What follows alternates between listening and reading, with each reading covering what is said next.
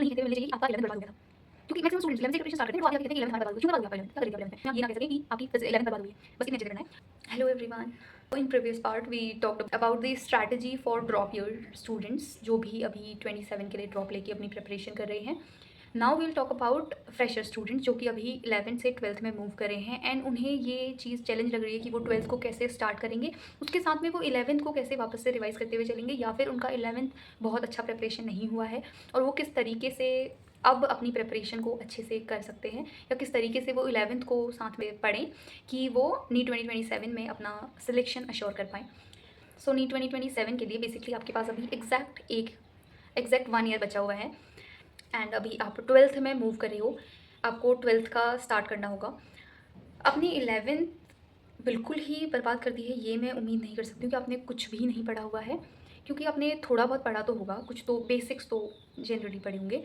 तो अगर आपने बिल्कुल कुछ नहीं पढ़ा हुआ है तो व्हाट आई विल से इज़ कि शायद अभी आपकी क्लासेस बहुत ज़्यादा अच्छी स्पीड के साथ में स्टार्ट नहीं हुई होंगी. तो आपको अभी क्या करना है, अभी इन 2-3 महीनों में 11th के बेसिक चैप्टर्स पढ़िए. जो भी कोचिंग्स आपने ली हुई हैं, जो भी ऑनलाइन कोचिंग आपने ली हुई है, या फिर आप फ्री रिसोर्सेज की हेल्प से, यूट्यूब वगैरह की हेल्प से आप पढ़ाई कर रहे हैं, तो सबसे पहले आप अपना 11th का बेसिक वाले चैप्टर्स अच्छे से कर लीजिए. लाइक 11th की फर्स्ट बुक करने का ट्राई कीजिए. If not complete first book तो एटलीस्ट यूनिट्स एंड मेजरमेंट वाला चैप्टर आप कर सकते हैं.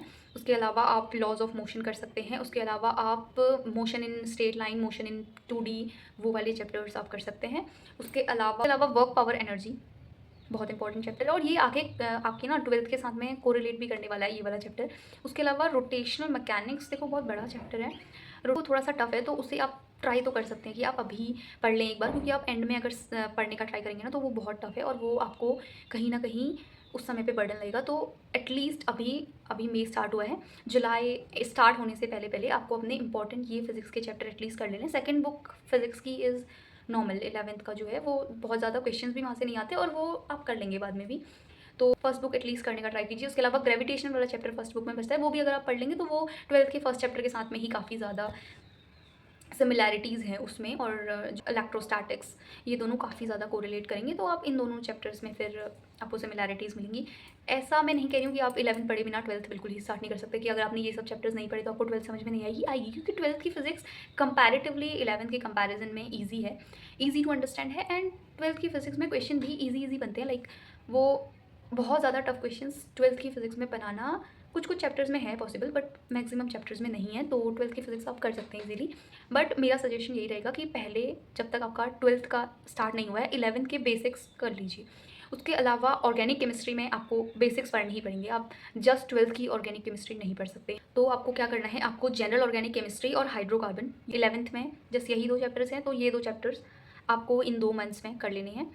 उसके साथ में आप अगर फिजिकल की बात करें तो फिजिकल में मोल कंसेप्ट आपको ऑब्वियसली आना ही चाहिए. तो फिजिकल केमिस्ट्री का भी वही ट्राई कीजिए कि इन 2 महीने में जितना भी आप स्टार्टिंग के चैप्टर्स पढ़ सकते हैं 11th के, वो चैप्टर्स फिजिकल के भी पढ़ लीजिए.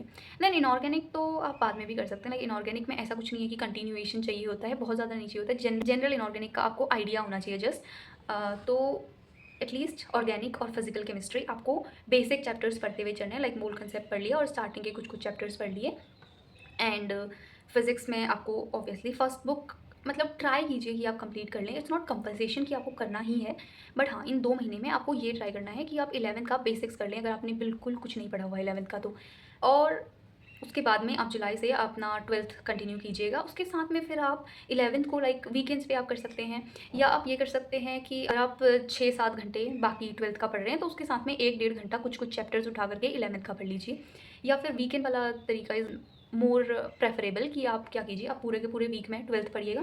उसके बाद में वीकेंड्स पे आप 11th का कोई भी फिजिक्स का, केमिस्ट्री का, बायो का चैप्टर उठा लीजिए और उनको पढ़ने का ट्राई कीजिए. नहीं होगा कंप्लीट कोई बात नहीं, बड़ा चैप्टर है तो आपको 2 वीकेंड बेसिकली लग जाएंगे शायद. तो उस तरीके से आपको वीकेंड्स पे 11th करनी है, बाकी पूरा वीक में आपको 12th का पढ़ते हुए चलना है आफ्टर जुलाई. उससे पहले आप अभी इन 2 महीने में अपना 11th का जितना भी चैप्टर जो भी आपको लगता है कि आपने अच्छे से नहीं करा हुआ है तो वो पढ़ लीजिए. एंड ये तीनों सब्जेक्ट के लिए है बेसिकली कि 11th के बेसिक चैप्टर्स पढ़ लीजिए, या फिर इन 2 महीने में जितना भी हो सकता है, क्योंकि ना 2 महीने के बाद, क्योंकि उसके बाद आपको बोर्ड्स के लिए भी पढ़ना पड़ेगा. आपको कहीं ना कहीं होगा कि बोर्ड्स में अच्छे मार्क्स लाने हैं, ये सब कुछ. तो जुलाई तक पढ़ लीजिए 11th अच्छे से. 12th को धीरे धीरे स्पीड पे रखिए. लाइक स्कूल में अगर आपके स्टार्ट हो गया तो स्कूल में बहुत ही मिनिमल स्पीड पे अभी स्टार्ट हो रहा होगा. स्कूल के साथ जस्ट थोड़ा थोड़ा रिलेट करते जाइए। स्कूल में जो जो चैप्टर्स हो रहे हैं उनको पढ़ते जाइए। उसके साथ में 11th को मेन फोकस अभी आप अपना रख सकते हैं मई से जुलाई तक। तो इन 2 महीने में आपका 11 का भी अच्छा खासा सिलेबस कवर हो चुका होगा। उसके बाद में आपको आगे का सिलेबस वैसा रखिएगा जो कि ईजी चैप्टर्स है। लाइक आपने 11 का थोड़ा बहुत आइडिया तो देखा ही होगा, तो उसके अकॉर्डिंग आप देख सकते हैं कि कौन से चैप्टर्स आपको टफ लग रहे हैं, उनको कवर करने का ट्राई कीजिए। उनको इन 2 मंथ्स में आपको कवर कर लेना है, ताकि आगे जा करके आप उनको रिवाइज़ कर रहे हो।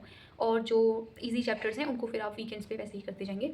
तो आपके लिए बेसिकली वही स्ट्रैटेजी रहेगी कि आप अभी 2 महीने 11th पे थोड़ा सा ज़्यादा फोकस कीजिए। 11th के जो भी आपका बैकलॉग है या जो भी चैप्टर्स आपके रह रहे हैं, जो भी चैप्टर्स आपको टफ लगते हैं, वो कंप्लीट कर लेने का ट्राई कीजिए। और फिर आप जुलाई के बाद 12th पूरा का पूरा वीक पढ़ेंगे। उसके बाद में वीकेंड्स पे आप 11th को रिवाइज़ करेंगे, या फिर 11th के जो भी चैप्टर्स आपको पढ़ने हैं वो चैप्टर्स को उठा करके आप पढ़ेंगे। देन इसके लिए बेसिकली आपको ना एक थोड़ा सा टाइट शेड्यूल तो आपको रहेगा, क्योंकि आपको 1 साल में 2 साल की प्रिपरेशन करनी है। और उसमें से एक क्लास का सिलेबस ऐसा है जो कि आपने अभी नहीं पढ़ा हुआ। ऑब्वियसली अभी अभी आप 12th में आए हो, बट आपके पास स्टिल वो है कि 12th का syllabus is not that tough, तो हो जाएगा। टीचर्स का आप अपने अकॉर्डिंग ही देखिएगा। टीचर्स कभी भी किसी भी और से, मुझसे, किसी से भी पूछने की बजाय कि कौन से टीचर से पढ़ें, आपको खुद से चीज़ें ढूँढनी पड़ेंगी कि कौन सा टीचर आपकी एक्सपेक्टेशंस को मैच कर रहा है, कौन सा टीचर ये चीज़ उस तरीके से पढ़ा रहा है जैसे आप चाहते हो, कौन सा टीचर किस तरीके के क्वेश्चन करा रहा है, किस तरीके के क्वेश्चंस आपको चाहिए, या फिर किस टीचर से आपकी फ्रीक्वेंसी अच्छी बैठती है, किस टीचर की स्पीड आपको ठीक लग रही है, किस टीचर का पढ़ाने का तरीका आपको ज़्यादा अच्छा लग रहा है। अगर आप मेरे से पूछना चाहेंगे कि मैंने किस टीचर से पढ़ा था, तो मैंने बेसिकली अनअकैडमी का सब्सक्रिप्शन लिया हुआ था। तो मैंने सीप मैम से बायोलॉजी पढ़ी थी, अनुष्का चौधरी मैम से केमिस्ट्री पढ़ी थी। उसके अलावा ऑर्गेनिक के लिए मैंने कुछ वीडियोस पंकज सर के देखे थे, फ्रॉम फिज़िक्स वाला, जो फ्री वीडियोस उनके अवेलेबल हैं ऑन यूट्यूब। उसके अलावा सुधांशु सर की भी, जो फिज़िक्स वाला भी अगेन है, उनके ऑर्गेनिक और फिज़िकल दोनों के थोड़े थोड़े लेक्चर्स मैंने उनके भी देखे हुए थे। जो चीज़ें मुझे नहीं उतने अच्छे से समझ में आ रही थी, या फिर जो चीज़ें मुझे लग रहा था कि मुझे एक बार किसी और टीचर से ट्राई करके देखना है या किसी और टीचर से पढ़ के देखना है। उसके अलावा क्वेश्चंस के लिए मैंने PW का फ्री प्लेटफॉर्म काफ़ी यूज़ किया है, क्योंकि उनके क्वेश्चंस PYQs, जो जब आपको मन नहीं कर रहा था कि आप उठा करके PYQs का एक एक करके सॉल्व करो, तो वीडियोज़ देख के मैं बेसिकली सॉल्व कर लेती थी। उसमें सोल्यूशंस भी अच्छे से मिल जाते हैं। उसके अलावा फॉर बायोलॉजी मैंने सीप मैम से पढ़ी थी। उसके साथ में जो जूलॉजी वाला पार्ट है वो कुछ मैंने तुलिका मैम से पढ़ा हुआ है, जो कि PW पे ही उस टाइम पे पढ़ा रही थी। जूलॉजी के लिए भी मैंने कुछ लाइक एवोल्यूशन वाला चैप्टर और सम मोर चैप्टर्स मैंने तुलिका झा मैम से भी पढ़े थे। उसके अलावा फॉर फिज़िक्स मैंने अनुपम उपाध्याय सर अनअकैडमी पे, अनुपम उपाध्याय सर से मैंने फ़िज़िक्स में एक बार कंप्लीट सिलेबस पढ़ा था। उसके बाद में for revision I switch to Anubhav Srivastava sir, क्योंकि उनकी जो पढ़ाने का तरीका है वो मुझे ज़्यादा अपनी एक्सपेक्टेशंस को मीट करता हुआ लग रहा था उनके रिवीजन के लिए, क्योंकि मुझे कुछ अलग तरीके का एक वो चाहिए था कि जिसमें बेसिक से थोड़ा रिवीजन भी हो जाए और क्वेश्चंस ज़्यादा हों। तो उनके स्लाइड्स में बेसिकली क्वेश्चंस ज़्यादा रहते हैं, और क्वेश्चंस भी JEE के PYQs भी वो करवाते हैं। तो उस तरीके के मुझे किसी कंटेंट की ज़रूरत थी, तो मैंने रिविजन के लिए दिसंबर के बाद से उनसे पढ़ाई की थी। उसके अलावा देखो, टीचर्स, जो भी टीचर्स के नाम मैंने लिए हैं वो मुझे पर्सनली अपनी प्रेपरेशन के अकॉर्डिंग अच्छे लगे थे। वो मुझे मेरी प्रेफरेंसेस को, या फिर मेरी कैसे मुझे पढ़ना था, उन तरीक़ों को मीट करते हुए, उनको देखते हुए मैंने उनसे पढ़ा था। तो मैं आपको ये नहीं कहूँगी कि आप भी उन्हीं टीचर से पढ़िए, आप खुद से चूज़ कीजिए। उसके अलावा अगर आप सर्च कर रहे हैं for free question series physics के लिए, तो मैंने उसके लिए तमन्ना चौधरी मैम, जिनका खुद का चैनल है, और वो उनके चैनल पे उनकी 7777 क्वेश्चन सीरीज़ है, उसके थ्रू क्वेश्चन सॉल्व करे थे। उसमें काफ़ी अच्छे लेवल के क्वेश्चन उन्होंने कराए हुए हैं। तो उनकी बेसिकली फ्री में यूट्यूब पे काफ़ी सारी क्वेश्चन सीरीज़ और भी हैं अदर। अगर आप सर्च कर रहे हैं फॉर क्वेश्चन सीरीज़ तो आप ट्राई कर सकते हैं। ये भी अगेन आप पे डिपेंड करता है कि आपको उनके पढ़ाने का तरीका कैसा लगता है, आपको कौन से टीचर का पढ़ाने का तरीका अच्छा लगता है, आपको उन टीचर से पढ़ना है। आपको मुझे देख करके, किसी और को देख करके टीचर कभी नहीं चूज़ करना, अपने आप को देख करके प्रिपरेशन करनी है, अपने अकॉर्डिंग टीचर चूज़ करना है, जिन टीचर से आपको अच्छे से समझ में आए। That's it for the student जो कि अभी 12th में गए हैं और उन्हें 12th के साथ में अपनी 11th को मैनेज करते हुए प्रिपरेशन करनी है। देन अबाउट दी स्टूडेंट जो कि अभी 11th में मूव करे हैं, तो आपके लिए बेसिकली यही है कि आपको वही अगेन, आपके पास अभी काफ़ी सारा टाइम बचा हुआ है, ऑलमोस्ट 2 ईयर्स का आपके पास टाइम है। आपको बस ये करना है कि अपनी अकॉर्डिंग टीचर्स ढूंढिए, खुद से फाइंड आउट करने की कोशिश कीजिए कि आपको किस टीचर से ज़्यादा अच्छे से समझ में आ रहा है। अब काफ़ी सारे टीचर्स का डेमो लेक्चर्स ये सब कुछ देख ही सकते हैं ऑब्वियसली, तो वो देखिए, उसके अकॉर्डिंग डिसाइड कीजिए कि किस टीचर से आपको अच्छे से समझ में आ रहा है और उन टीचर से पढ़ना स्टार्ट कीजिए। एंड आपके लिए बेसिकली यही है कि आपको कंसिस्टेंटली पढ़ते रहना है। आपके पास 2 साल हैं, आपके पास कोई जल्दी नहीं है, आपको बस 11th का सिलेबस जो भी आप पढ़ रहे हैं बहुत अच्छे से करते जाना है। साथ में आपको फुल सिलेबस मॉक टेस्ट तो आप अभी 11th में नहीं देंगे क्योंकि आपने 12th नहीं पढ़ा हुआ है। तो आप क्या करेंगे कि आप 11th का जो भी पढ़ेंगे बहुत अच्छे से पढ़ेंगे, इतने अच्छे से पढ़ेंगे कि 12th में आप ये ना कह सकें कि आपकी 11th बर्बाद हो गई है। बस इतने अच्छे से पढ़ना है और बेसिकली जो भी चैप्टर्स आप पढ़ते जा रहे हैं उनके साथ में क्वेश्चंस करते जाइए और चैप्टर वाइज क्वेश्चंस करते जाने हैं और 11th के सिलेबस को इंक्लूड करते हुए जो भी मॉक टेस्ट आप दे रहे हैं वो आपको देते जाने हैं। अगेन एनालाइज करना है अपनी क्वेश्चंस, जो भी मिस्टेक आप कर रहे हैं उनको अपनी मिस्टेक नोटबुक में लिखिए एंड अपने वीक पॉइंट्स को बार बार रिवाइज करते रहिए। तो बेसिकली आपके लिए वही चीज़ है कि 11th को इतने अच्छे से पढ़ लेना कि 12th में जा कर के आपको सिर्फ 11th का चीज़ें रिवाइज़ करनी हो। आप ये बिल्कुल नहीं कहते हुए मिलने चाहिए कि आपका 11th बर्बाद हो गया था, क्योंकि मैक्सिमम स्टूडेंट्स 11th से ही प्रिपरेशन स्टार्ट करते हैं बट वो आगे जाके कहते हैं कि 11th हमारा बर्बाद हो गया। क्यों बर्बाद हो गया आपका 11th? क्या कर रहे थे आप 11th में? अगर आप नीट के लिए प्रिपेयर कर रहे हो तो आपको 11th से ही अच्छे से पढ़ते हुए चलना है। 11th को उस तरीके से पढ़िए कि आपको दोबारा 11th पढ़ने की ना ज़रूरत पड़े। रिवाइज़ करना इज़ ओके। 12th में जाकर के आप रिवाइज़ कर रहे होंगे क्योंकि 12th में जाकर के ना अगर आप अभी 11th पूरा छोड़ दोगे आपको बहुत फिर टफ रहने वाली हैं चीज़ें कि आपको 2-2 ईयर की पढ़ाई एक साथ में करनी होगी और बेसिकली वो चीज़ आपके लिए खुद के लिए बर्डन बन जाएगी कि मैंने 11 नहीं पढ़ा हुआ, 11 नहीं पढ़ा हुआ। उससे फ़र्क पड़ रहा है नहीं पड़ रहा है वो अलग चीज़ है, बट आपको इंटरनली बहुत फ़र्क पड़ता है उससे। तो वही करना है, आपको 11th बहुत अच्छे से पढ़ते हुए चलनी है। सब्जेक्ट वाइज तीनों सब्जेक्ट्स को अच्छे से टाइम दीजिए, अच्छे से यूटिलाइज़ कीजिए और ये नहीं कि सिर्फ पढ़ते जाना है, अच्छे से रिवाइज़ करना है और क्वेश्चन सॉल्व करने हैं एंड मॉक टेस्ट देने हैं 11th के सिलेबस के according. The last thing I will say to all of you is कि आप नीट के लिए प्रिपेयर कर रहे हो, आप डॉक्टर बनना चाहते हो, आप बहुत मेहनत कर रहे हो, आई नो आप आगे चल के भी बहुत मेहनत करने वाले हो। बेसिकली आपको यही कहना चाहूँगी कि पढ़िए, बहुत अच्छे से पढ़िए और बिल्कुल ये भी मत कीजिए कि मज़े करने हैं। आई नो कि नहीं हो पाएंगे इतने मज़े, लेकिन थोड़ा बहुत एटलीस्ट नॉर्मल चीज़ें अपनी लाइफ में रखिएगा। बिल्कुल सब चीज़ों से कट आउट नहीं हो जाना है। I am not talking about कि सोशल मीडिया पे एक्टिव रहिए और ये सब कुछ नहीं।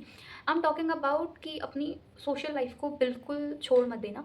अपनी फैमिली, कुछ अच्छे फ्रेंड्स होते हैं, उनसे आपको कनेक्टेड रहना है और चीज़ें आपका टाइम वेस्ट कर रही हैं उन चीज़ों को अपनी हैबिट से हटाइए। बट अपनी लाइफ को बिल्कुल एक रोबोट की तरह जीना नहीं है, आपको बिल्कुल एक मशीन की तरह काम करना स्टार्ट नहीं कर देना है। एक ह्यूमन बीइंग की तरह अच्छे से पढ़ते हुए अपनी प्रिपरेशन कीजिए। बहुत ज़्यादा टेंशन मत लीजिए, सिर्फ ये एग्ज़ाम ही सब कुछ नहीं है। ये एग्ज़ाम है आपकी लाइफ के लिए इंपॉर्टेंट है ऑब्वियसली, क्योंकि ये डिसाइड करेगा कि आप अपने फ्यूचर में आगे किस प्रोफेशन में जाने वाले हो या आप क्या कर रहे होंगे आगे अपनी लाइफ के 30-40 ईयर्स। तो बस अच्छे से मेहनत कीजिए एंड नॉर्मली अपनी प्रिपरेशन करते रहिए। हार्ड वर्क आपको करना है, स्मार्टली आपको पढ़ना है, बट अपनी नॉर्मल लाइफ को बिल्कुल इग्नोर नहीं कर देना है और अपनी हेल्थ के ऊपर बिल्कुल भी कॉम्प्रोमाइज़ नहीं करना है। हेल्थ का ध्यान रखते हुए चलिए स्टार्टिंग से ही। Keep working, I know you guys will do best of your life. आपकी लाइफ में सिर्फ एक एग्ज़ाम मैटर नहीं करेगा। जो आप इस एग्ज़ाम की प्रिपरेशन अभी करोगे ना, ये आपको कहीं ना कहीं स्ट्रॉन्ग बनाएगी। ये आपको सिखाएगी कि कैसे प्रेशर को हैंडल करते हुए भी काम करते जाना है। And the last thing I want to say is कि प्लीज़ एक्सटर्नल मोटिवेशन के पीछे मत भागिएगा। आपको ज़रूरत नहीं पड़नी चाहिए एक्सटर्नल मोटिवेशन की कि हर दूसरे दिन आप मोटिवेशन सर्च कर रहे हैं। इंटरनली खुद को इतना स्ट्रॉन्ग बनाइए कि आप खुद को मोटिवेट कर सके to keep working, to keep going, no matter what conditions are like. नहीं मन कर रहा है, तबीयत ख़राब है, I am not saying about that कि आपकी तबीयत ख़राब है तो भी बिल्कुल पढ़ते रहिए, नहीं हो पाता है। बट अगर मन नहीं कर रहा है, ये वाली चीज़ नहीं होनी चाहिए कि मन नहीं कर रहा है आज नहीं पढ़ेंगे, आज मन नहीं हो रहा है आज ये नहीं करेंगे। मन को थोड़ा सा कंट्रोल में रखना है एंड खुद को मोटिवेटेड रखना है। And if you have any other question regarding your preparation or something else, do let me know in the comment section. Thank you so much for visiting, bye bye.